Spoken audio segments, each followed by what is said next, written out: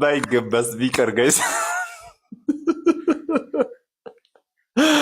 አንዳንድ ሰርግ እንደው አምላክ ይሁን። እስቲ ለማንኛውም ቪዲዮን አሳይቻችሁ ልመለስና ኮሜንት እናነባለን። የትም እንዳትሄዱ።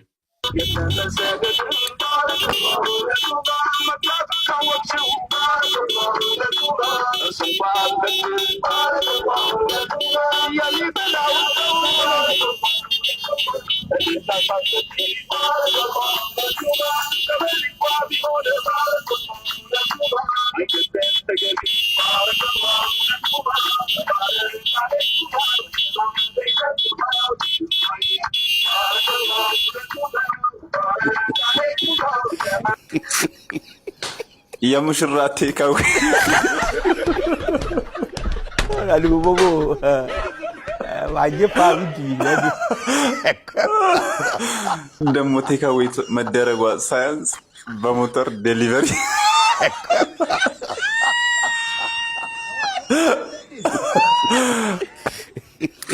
የኛ ሙሽራ ብላ ብላ በፎጣው ተጠቅልላ ተዳረች ሪሳ መስላ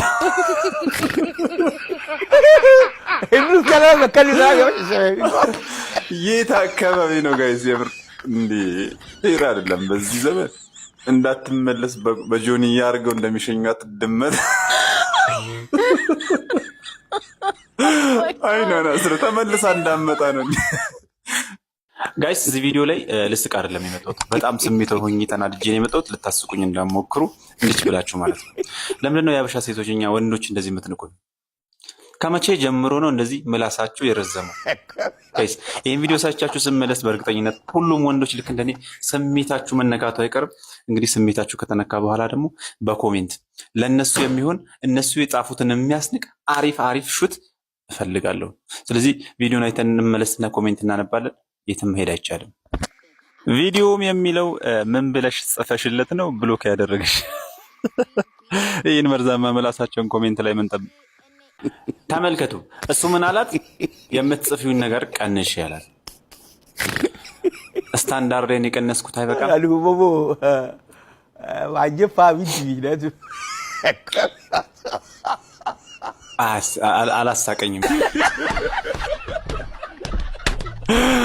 እዚህ ላይ ደግሞ ፎቶ ልካለት ነው መሰለኝ። አረ ጺም አበቀልሽ ብሎ ይጽፍላታል። እሷ ምን ብትለው ጥሩ ነው? ከሁለት አንዳችን ወንድ መሆን ነበረብን። ኦ ማይ ጋድ! አስሬ ሲያኮርፍ ፓድ ልግዛለህ ብዬ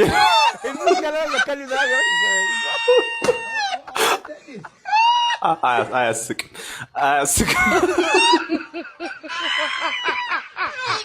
ድንግል ነህ ስለው በቃ አልቻለም ብሎ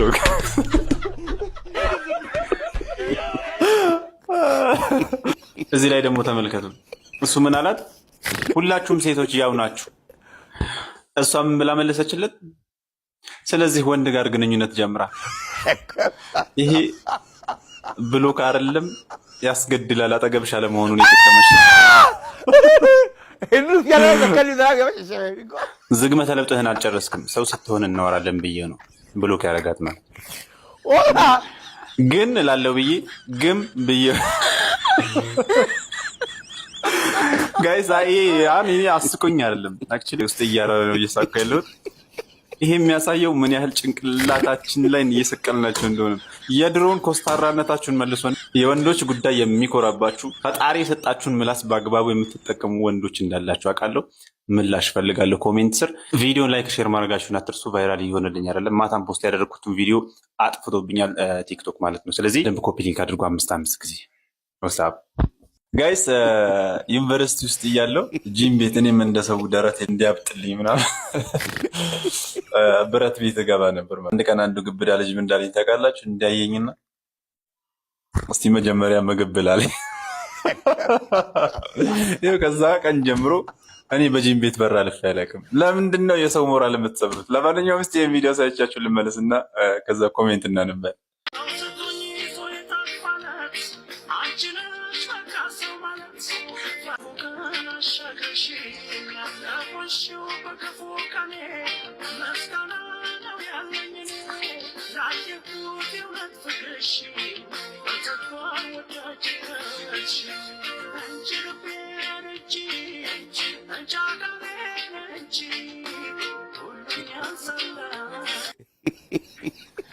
ከጂም መልስ መከራ ነው እንዴ የምትበላው?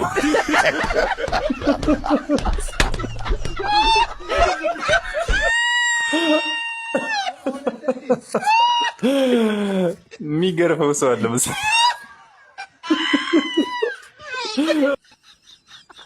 የሰው ልጅ ፈረሰኛ አለው ሲባል አላምን።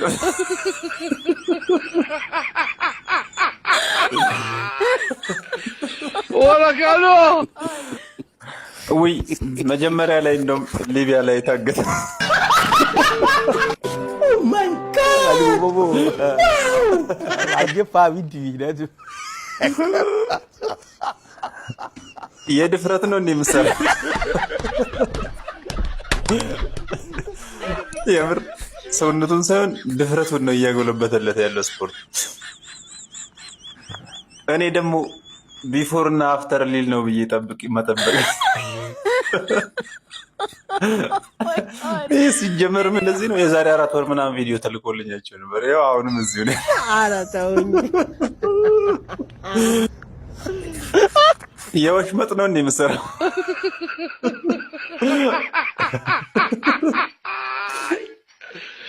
ወላካሎ ወሽመጥ ግን የቱ ጋር ነው ያለው? ጋይዝ የምር እግረ መንገዳችን ወሽመጥ የቱ ጋር እንዳለ። እኔ ኢትዮጵያ ሲሄድ የማደርጋቸው 3 ነገሮች፣ አንደኛ እንቅልፍ በቃ እዚህ አላርም ጠብቄ አይደለም የምነሳው፣ እንቅልፍ እስኪ በቃኝ ድረስ እተኛለሁ። ሁለተኛ በቃ ይኸው ነፃነቴን እንዳጣው በርቃለሁ፣ እዞራለሁ። በቃ ኢትዮጵያ ውስጥ የትም ሄጄ እዞራለሁ። ጎንደር፣ ጎጃም፣ ባህር ዳር፣ ቀብር ዳር ሳይቀር እዞራለሁ። ሶስተኛ ሆዴ ጢጥ እስኪል በቃ እንደዚህ ጢጥ እስኪል ድረስ አያቸዋለሁ። ይሄ ሆዴ አሁን እንደዚህ ጢጥ ብዬ በቃ ጠግቤ እበላለሁ። በቃ ይሄ ነው ያማረኝም የምኞቴም ይሄ ነው እና ሌላው እንግዲህ ያው ህይወት ይቀጥላል ማለት ነው። እንግዲህ ያው እንደዚህ ነው።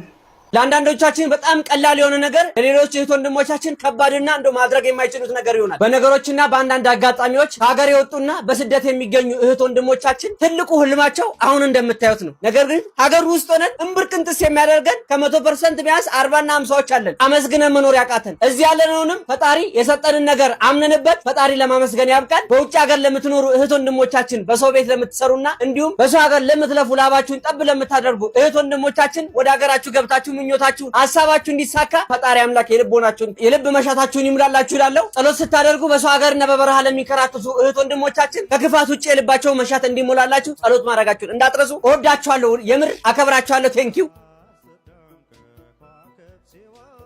ለዚህ የሚያምር የሙሽራ ሜካፕ ከ100,000 ብር በላይ እንደፈጀው በነግራችሁ ምን ትላላችሁ? አዎ በደንብ ሰምታችሁኛል። ከ100,000 ብር በላይ ነው የፈጀው ይሄ ሜካፕ። እንዴት ይሄ ሁላ ብር ሊያወጣ ይችላል ብላችሁ ልትጠይቁ ትችላላችሁ። ግን እንዳለ ቪዲዮ ላይ የምታያቸው የተጠቀምኳቸው ፕሮዳክቶች በሙሉ ኦሪጂናል እና ሃይንድ ፕሮዳክቶች ናቸው።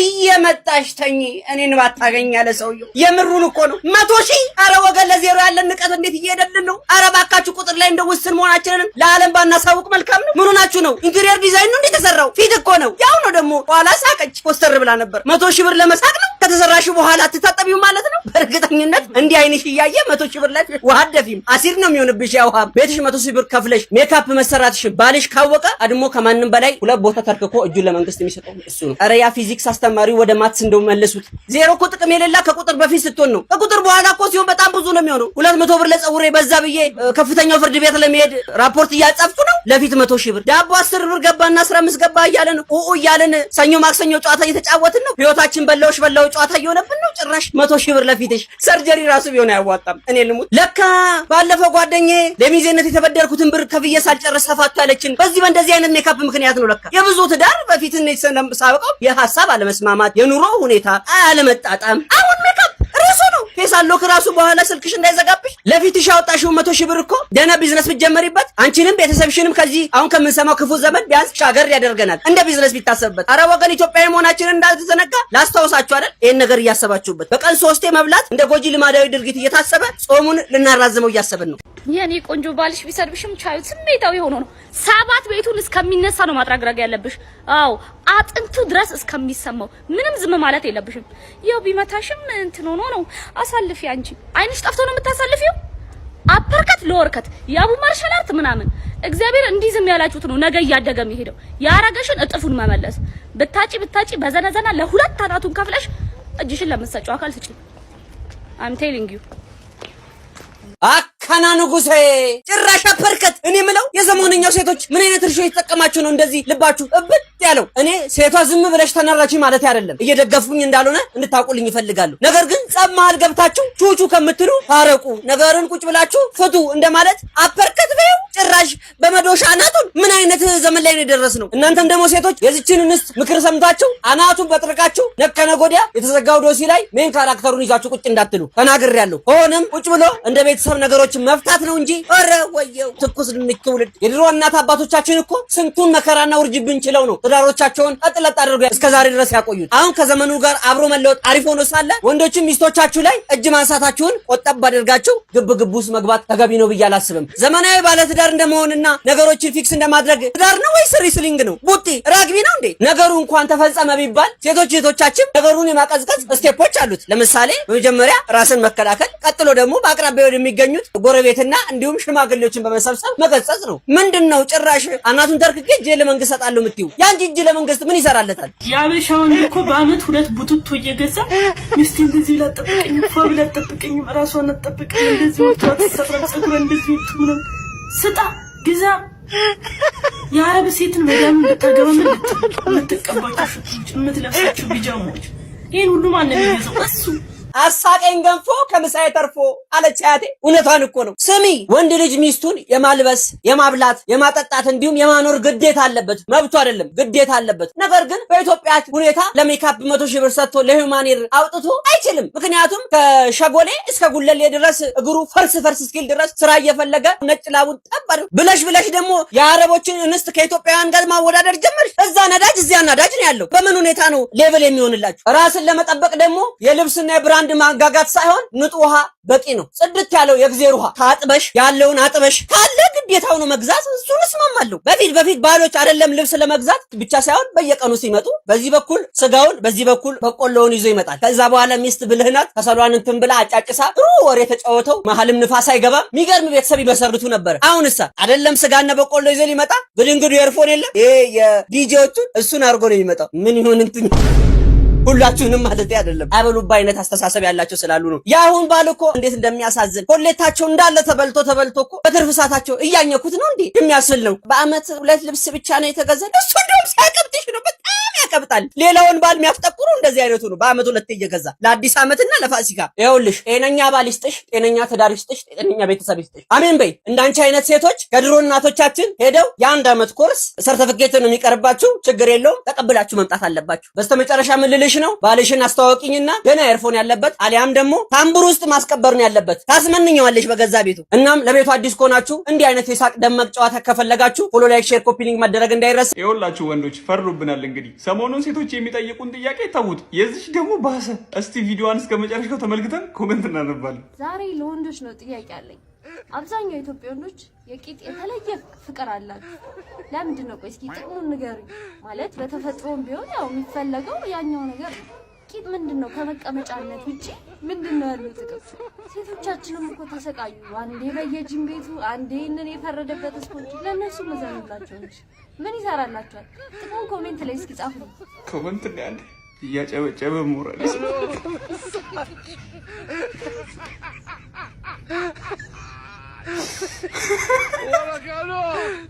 አይን ምን ይብላል? አረ ከፈጣሪ ጋር ታነካኪን። በቃ ይመቸናል ግን አላለ።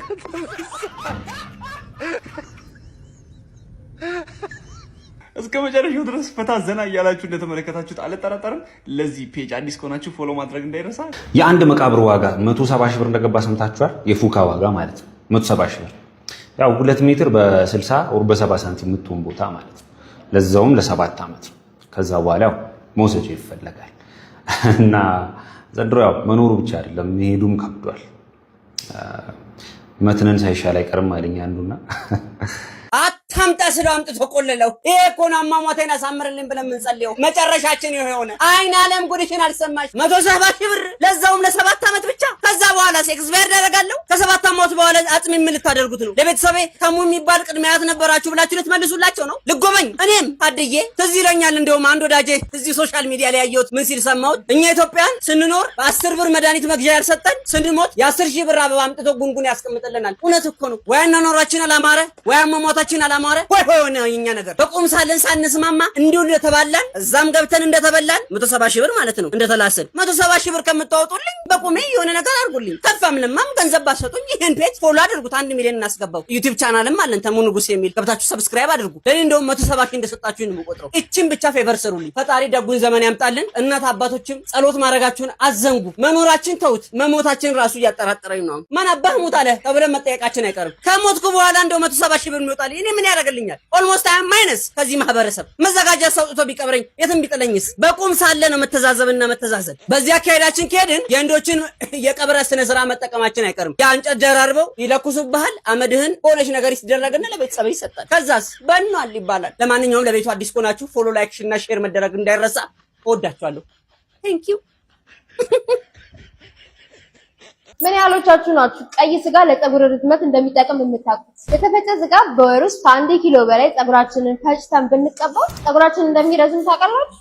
እየተቀባችሁ አገሬ ጉድሽን አልሰማሽም? ምን ነው ፀጉሬን ቆንኑኝ ቂጤን ቅመሉኝ አልሽሳ? ዳቦ እንደ ታብሌት እንዲቃም እየተደረገበት በሚኖርበት ሀገር ላይ ስጋ ጭንቅላት ላይ እስቲ ልብ አንቺ አናትሽ ላይ ጥሬ ስጋውን አድርገሽ እስቲ መንገድ ላይ ወክስ ታረጊ ከኔ ጋር እንገናኝ እስቲ ልብ እናትሽ ወልዳሻለች እገምጥሽ እንደ ሎሊፖፕ አናትሽን ምጥጥ አድርጌ ነው ቁጭ ማድረግሽ። ደህና አድርገን እኮ ብንበላው ፀጉራችንንም አስተሳሰባችንንም ያሳድግልናል እኮ ጥሬ ስጋው። ነገ ከነገ ወዲያ እግራችሁን እዚህ ጋርና እዚህ ጋር አድርጋችሁ እዚች አናታችን ላይ መታችሁ ብጭጭ ማድረጋችሁ አይቀርም። ዛሬ ዝም ካልናችሁ የኔ እናት እኮ 1 ኪሎ ስጋ እንዴት ሰፓሬ አድርጋ እንደምታስቀምጥ እዚህ ጋር ከክትፏን እዚህ ጋር ጎመን በስጋዋን እዚህ ዜርፎሯን ታደርጋለች። እዚህ ካለ አልጫዋን ጣል ታደርግበትና ድግስ በሉት በ1 ኪሎ ስጋ። አንቺ ጋስ አናት ላይ ሰው መፈሰጊያ እንኳን በእንቁላል እየፈሰገ ነው። አንቺ ጭራሽ ፀጉር ለማሳደግ በአድግስ ብትመለጡስ ክፋት አለው እንዴ? ስጋውን በምን ይሁንላችሁ? እንዲህ ተጠብሶ ይሁን ዝልዝልስ አናትሽ ላይ አታረጊም? ዳቦ ጥሬ ስጋ ሆኖበት እንኳን መግዛት ያቃተው ስንት ኢትዮጵያ ባለበት ሀገር ምንድነው ማጥምጠሩብን? ኪምቦኛ በገጠሩ እኮ እናውቃለን። ኪምቦ ቅቤያቸውን እንደዚህ ላጥ ያደርጋሉ። እሱንም ኮዳችን የተረፈ ቅቤ ሲሆን አናት ላይ ይደረጋል። በቃ ፀጉር የአይምሮ ውጤት ነው ይባላል። መልክ የሆድ ውጤት ነው እንደሚባለው አታውቁትም አይደል? እኔ ያስረዳቸዋለሁ። እንቶ ፈንቶ ወሬ ያሉ ባልቴ ነገር ተታችሁ እንቁላሉን ስታደርጉ ዝም ብለናል። አቮካዶንም እንደዛው። አሁን ላይ የግብርና ስጋ ለፀጉር ጥሩ ነው ብላችሁናል። ትንሽ ዝም ካልናችሁ ምን ትላላችሁ? የግብረ ስጋ ለፀጉር ጥሩ ነው ብላችሁ መምጣታችሁ አይቀርም። በወዲሁ እንቃወም ይገባል። በወንድማችሁ በኩል ተቃውሞ ደርሶባችኋል። ይቅርብን። ለቤቱ አዲስ ከሆናችሁ ፎሎ፣ ላይክ፣ ሼር እና ኮፒ ሊንክ መደረጉን እንዳይረሳ። ወንዶች ብልታችሁን ብትሸጡ ወደ 795,000 የአሜሪካ ዶላር ታገኛላችሁ። ይህም ወደኛ ሲመነዘር 100 ሚሊዮን 551,600 ብር ማለት ነው። ቀልደኛ ገበሬ ይጋልባል በሬ አሉ። ጭራሽ ብላችሁ ይሄንን ጥናት አድርጋችሁ መጣችሁ። መናገር የሆነ ወጣት እንዳለ ቁጥጥ ብሎ እንዲሸና ነው የፈለጋችሁት። ሰው አሁን ላይ ያለውን ነገር ሁሉ አጥቶ የቀረው ጤናው ነው። ደግሞ በሱ ልትመጡ ነው። ባለፈው ሳምባችሁን ከፎሻችሁ እንደው ወንድ ልጅ ታርጋውን ታርጋንፍታ ይባላል ተናግሬያለሁ። አሁን ባለንበት ሁኔታ የወንዱ ቁጥር እየተመናመነ በቁጥር ነው ያለነው። ሰው እኮ አሁን ባለንበት ኑሮ ሁኔታውን እንደው ውጣ ወረዱ የሚረሳው በምን ሆነና ባቡሽዬ እኮ ነው በታናቸው ወንድሙ እኮ ነው እሱ የለም ማለት ተነፈጠምጥሙ ሰውየው ኦልሞስት ሂዝ ማይነስ ፍሮም ዚስ ማህበረሰብ። ኧረ ተው በሉኝ። አንዳንድ የቲክቶክ መንደር ላይ የምናያቸው ወንዶች አሁን ጭራሽ ቆሞ መሽናት ደብሯቸዋል። ቁጥጥ ብለው እንዲሸኑ አፕሩቭ እያደረጋችሁላቸው እኮ ነው። ሴቶች ጠንከር በሉ። ጦርነት ተነስቷል። በሀገርና በርስት ቀልድ የለም ትሉ የለ ርስት እኚህ ነጮች የሚያመጡብን ኮተት ከእግዚአብሔርም ጋር ጸብ ውስጥ ሊከተን ስለሆነ ይሄ ብዙ ተባዙ ምድርንም ሙሏት የሚለውን ቃል ሰርዘው ምድርን ባዶ ሊያደርጓት ስለሆነ ጥለኗል። እንዲህ አይነት አልባሌና ቆሻሻ ነገር አልሰማም አይደል ወገኖች? ባይሆን እንደ ሀሳብ ከተነሳ አይቀር ሴቶችንና ህጻናትን የሚደፍሩ ቆሻሻ ስራ የሚሰሩ ወንዶችን ፍላት እያደረጉ ከፑሾ ገንዘቡ ለቁም ነገር ይውላል። በዛውም ቅጣት ይሆነናል። ከኔ ጋር የሚስማማ ሰው ካለ ኮመንት ላይ ሰሞኑን ጠፍተን ስለነበረ ፎሎ፣ ላይክ እና ሼር በተለይ ኮፒ ሊንኳን ጫን ነበሏት። ቴንክ ዩ ሳይንቲስቶች ወንዶች የሚጠቀሙት ወይም ደግሞ ወንዶች ላይ የሚደረግ የእርግዝና መከላከያ ላይ ብሬክ ትሩ እንዳገኙና ሙከራን እንደጀመሩ ይህም የጀመሩት ሙከራ 99% የተሳካ እንደሆነ ሰው አመታት ሲፈለግ የነበረው ይሄ የወንዶች የእርግዝና መከላከያ አሁን ላይ እውን ወደ መሆን እየመጣ ጉድ ሳይሰማ ግንድ ይዞ ይዞራል አሉ። ጭራሽ ለወንድ ልጅም ሆስፒታል እንደ ቀልድ ከሁሉን ነገር ተለማመድ ነው። አረ ገበጣሪ ጋር እንጋጭ። ዛሬ እንደዚህ ዝም ካልናቸው ነገ ከነገ ወዲያ መንዝ ፍላወር እነሱም ይዩ ተብለን እንከፋፈላለን። የምሬን ነው የምላችሁ። በዚህ ወር እኔ ቀጣይ ወር ሚስቴ አረ ወይኔ አረ ጸሎት አድርጉ። በእርግጠኝነት ኢትዮጵያዊ ወንዶች ይሄን ነገር አትዳፈሯትም። ሆስፒታል በራሱ አብዛኛው ኢትዮጵያውያን መጠቀማቸው ተነግሮ ብሎ በመውጣቱ ተገርመን ሳንጨርስ ጭራሽ ለወንድ ልጅ መጣ። ከዚህ በፊት ስንዴውን እርዳታ ብለው ተዘርቶ እንዳይበቅል እንዳይረባ አበላሽተው ላኩልን። እንደገና ደግሞ ጥሩ ለምርት ዘር ተብሎ ማዳበሪያ ሰጥተው የዋውን መሬታችንን አፈርድም ያበሉት። አሁን ደግሞ ጭራሽ እኛንም ሊያኮላችሁ ነው። ወገን ንጋ፣ ያገሬ ወጣት ዝም አትበል፣ በል። ወጣት ብቻ ነው ግን የሚያረገው ያለው ማን ነው? እኔ አሁን የተረዳሁት የውጭ ሳይንቲስቶች እንዲሁ ሳንራባ ብዙ ተባዙ ምድሪቷን ሙላት የሚለውን የመጽሐፍ ቅዱስን ቃል እንዳንተከበረውና ተስመን እንድንቀር ከምድረ ገጽ እንድንጠፋ ነው ፍላጎት።